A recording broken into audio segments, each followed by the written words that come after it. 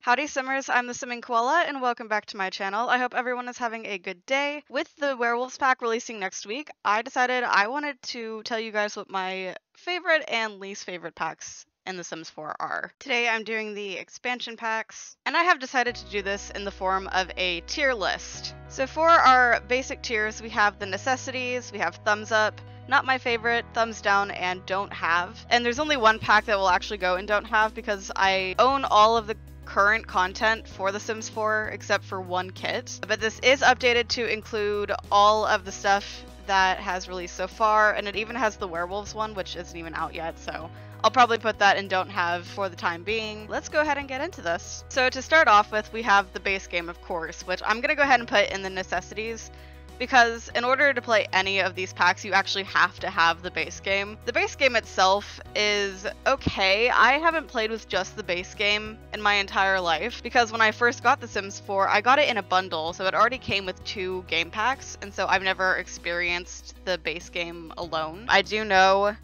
that the base game has had several updates since its release in 2014, and it's an entirely different game at this point. We're gonna start with the very first expansion that released, and that is Get to Work. Get to Work for me is an okay pack. It's not one that I use very often. I thought that the system for getting your Sims to go to work was pretty cool, considering there were only like 3 or 4 careers, and they're not ones that I really play with. They're okay. So I'm gonna put it in not my favorite, because yes, it has some good content, but I don't really use it. Moving on to Get Together. I really like Get Together for the club system and for the world itself, and I think that's a pretty common thing in the Sims community. Get Together has the biggest world that has ever come with The Sims 4. Windenburg is an amazing world, and it's probably one of my favorites to play in. It's so nice as well.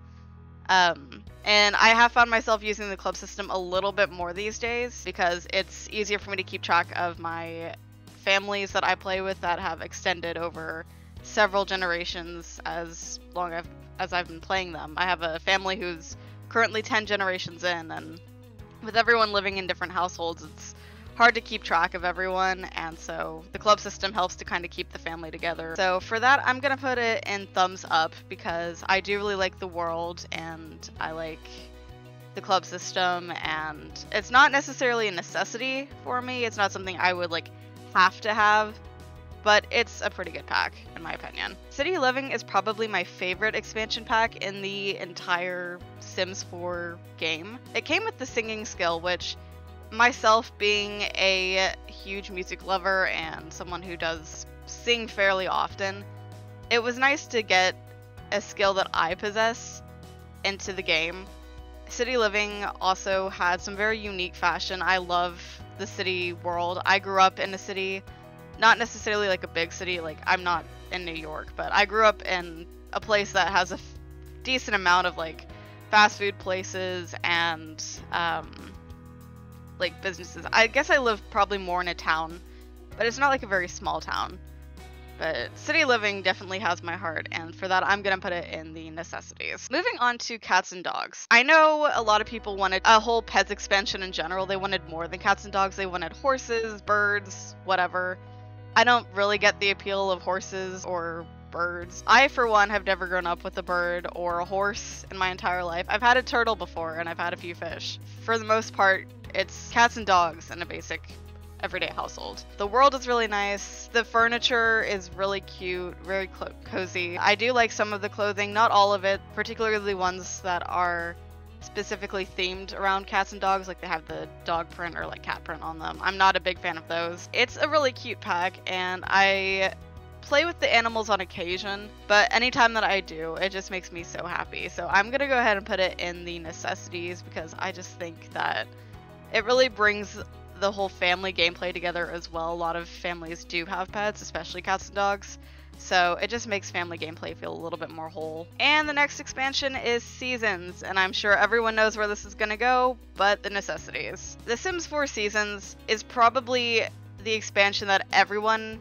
in the entire world who plays The Sims recommends. because it was just so well done, and seasons is such a necessary part of a life simulation game. Seasons are a real thing, and that's just how nature is. Seasons has been an expansion pack through the entire Sims franchise. It's never been in base game. I don't believe, at least. I may be wrong about that, but I'm pretty sure it was just an expansion. But it was so well done. It introduced the hot and cold weather outfit update that we had shortly before it. We got some toddler pools, we got the ice and skating rink, we got the seasons overall, and everything was so well done and so fun. It also came with the ability to add holidays to the calendar, which the calendar is nowadays in the base game, but you can still add like holiday events and all that kind of stuff, and it's a lot of fun, and everything was really cute. We got a swing set, like it was very, very nice, and I absolutely adore it. Get Famous underperformed for me. I was really excited when it was announced. I've always hated the name of the pack though. They were on this like theme of like get famous, get to work, get together, like this was their thing. However, I thought that the title The Sims 4 Fame and Fortune would have been a lot better than Get Famous, but that's just me, and I've felt that way ever since the pack was announced. The celebrity system was okay. It didn't meet my standards exactly. I did like that they incorporated the skill tree and like the quirks and stuff, but for me it was just very lacking, and I think that has to do with, for the most part, we only have like maybe 1 or 2 real fame careers. You could become an actor. For me, it just didn't really hit the bar. So I'm gonna put that as not my favorite because it's just, I don't know. It has its flaws, I will say. The world was also incredibly small, and for a pack that is supposed to be themed around the idea of being a celebrity, living in like a big place, kind of like LA and all that stuff, you'd expect it to be bigger. You'd expect there to be more lots, and I know why they've been keeping the worlds a little bit smaller nowadays. For an expansion like this, you would expect a world that's a little bit bigger than what it was, and it just didn't deliver in that aspect. Y'all are gonna hate me for this next one, but Island Living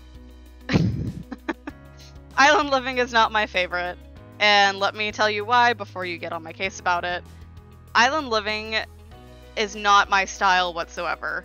I grew up in a town, city, whatever you want to call it, nowhere near the beach, and a lot of people, I think, who grow up in kind of the same place as I do long for that dream of living on the beach next to the water and just living on the sand in a nice beach house and feeling the breeze every morning, yada yada yada. I have never once had that desire to live on a beach or anything similar to that. It's just not my style. I think part of it has to do with, like, if you live on a beach, the more likely you are to endure a tsunami or something, some kind of natural disaster, which I know we don't have in the game. We don't have tsunamis, but IRL, I would not want to live on a beach in fear of that happening, and so I think that's why I'm just not a big island living beach person in general.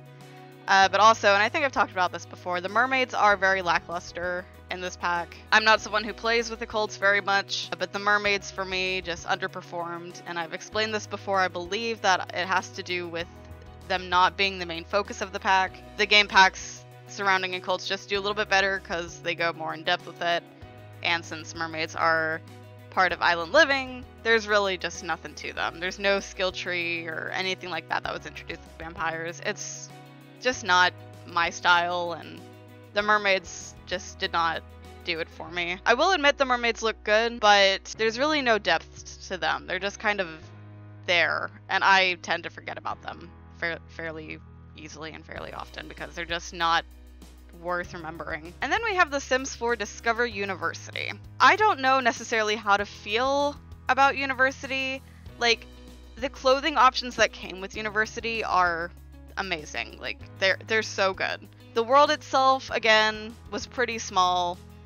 I don't send my Sims to University very often. I've maybe only had like 2-3 Sims in my Sims family who I have sent to university before. I do enjoy that university is challenging in the game because university IRL is probably challenging as well. I haven't gone to college yet, so I can only talk based off of my friends' experiences, but I haven't experienced college myself yet. University for me is just something I don't really use that often, but I use the clothing a lot more than the actual gameplay. It did come with some nice stuff though. I think we got the mini fridge from it, but overall it's just kind of there. Again, I use some features from it, but not really everything. I'll probably put that in not my favorite as well, because it's just something I don't really play with or use. Moving on to eco lifestyle, I was genuinely impressed with how much I actually liked eco lifestyle. All of the clothing was really cute. I thought the objects were actually very unique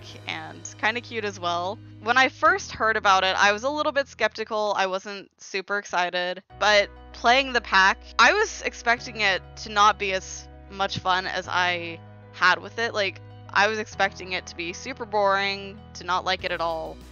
But I really did, and for that, it's gonna go in thumbs up, because I don't think it's a necessity, but it's up there in one of my favorites, for sure. The world is kind of small as well, which I'll probably say about all of these packs going forward, but it's also pretty cute. The apartment system in there is a little bit weird, but like they did bring back apartments after city living, which was good. But like this one apartment in particular that exists in the world has like this balcony that you can't even do anything with, and so it's a little bit weird, and apparently they were having technical issues with it.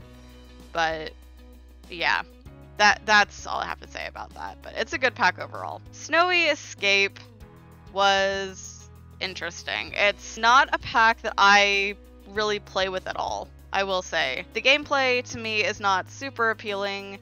The world itself is okay, but I personally never play it. I think because it just doesn't fit a style that I'm used to. And as someone who does like to build my own places for Sims, I try to match the style of other builds on occasion. And with Mount Komorebi, I just have no sense of like building a Japanese style home, and for me that's kind of a turn off, because I don't want to build something that looks completely out of place. But for me, Snowy Escape really is just kind of a forgettable pack. It's not something I use ever. The world is just kind of there, and yeah, so it's a thumbs down for me. And then moving on to the most recent expansion that we had, which was Cottage Living. That came out almost a year ago. It came out in July of last year, and it was a big hit in the Sims community. Like, everyone was freaking out about it. It was a super exciting pack. Again, a small world, but for what the pack is, it kind of works, because you're based off in a farm. The countryside isn't widely huge anyway. A small town in like the country, that's kind of what I'm used to, because I do have some family members who actually live out in the country, and so I never expect like full on like city with like some country farm stuff going on. But we got some cute farm animals. We got cows, we got chickens, and we got llamas, which was super duper exciting. It added a lot to it. We got Agnes Crumplebottom back. I would probably consider this one of the necessities, just because it is such a unique pack. I absolutely adore all of the clothing that came with Cottage Living, and yeah, it really is a cute pack, and so it is one of my favorites, and I definitely think it's a necessity. Go ahead and let me know what you guys think down below, and yeah, I'm a go. Thank you so much for watching. If you enjoyed the video, subscribe to the channel, and make sure you have notifications on so you don't miss anything. Be sure to follow my socials, links are below. I'll see y'all soon. Bye.